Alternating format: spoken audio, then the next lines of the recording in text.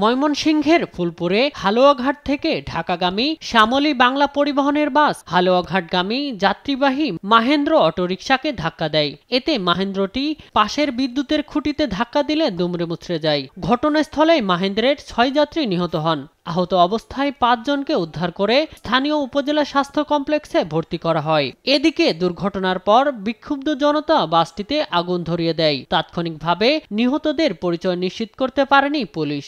ঘটনা আয়াদি হালুয়াঘাটের গাড়িটা রানিং গাড়ি আর উনি ৬ জন মারা গেছে। মাইন্ড সরায়া জিনিস আমরা সব সরাইয়া দেবলা তুললা লাস্ট তুললা পরে এক সাইডে করলাম। আরো ৩-৪ জন হাসপাতালে পাঠানো হয়েছে। ফায়ার সার্ভিসের গাড়ি তারাও লেগে গেছে।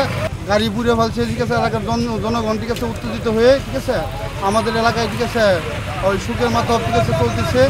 হালুয়াঘাট থেকে যখন ফুলপুর যখন ঢাকাব্যাপী যে বাসটা আসে তখন ওই বালুর টাকের পিছনে ছিল ওই বাসটা। সামনের দিক থেকে ফুলপুর থেকে যে হালুয়াঘাট ভাবে যে মাইন্ডটি চলে যাবে ওই ট্রেনটা ওই বাসে আর মাইন্ড সংঘর্ষ হয়ে অ্যাক্সিডেন্ট হয়ে গেছে।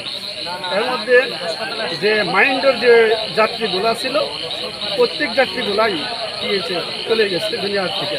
বিষয়টি নিশ্চিত করেন জেলা পুলিশ সুপার। যতটুকু আমি জানছি যে চালক এবং হেল্পার বা বাসের যারা কর্মচারী সবাই যারা পলাতক আছে। আমরা চেষ্টা করতেছি, জনগণকে বোঝাচ্ছি যে রাস্তাটা এবং এখানে আসতেছে বাসটাকে আমরা থানার মধ্যে নিয়ে যাব এবং রাস্তাটা খেয়ে যাবো। রোডের যে হলো আপনার নিয়মকানুন আছে, আইন আছে, সবাইকে এটা মানতে হবে। এটা যারা রাস্তা পারাপার হবে তাদেরকেও মানতে হবে, যারা হলো গাড়ি চালাচ্ছে তাদেরকেও সেটা মানতে হবে। এটা না মানলে কখনো রাস্তায় এই মৃত্যুর সংখ্যা দিন দিন বাড়তেছে।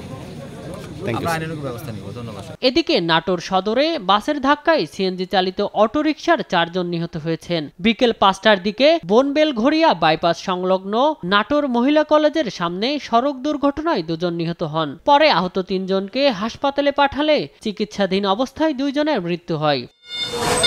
দুর্ঘটনার পর বাসটি জব্দ করা হয়েছে, তবে চালক ও হেল্পার পালিয়ে গেছেন। শামীম হোসেন, নিউজ ডেস্ক, দেশ টিভি।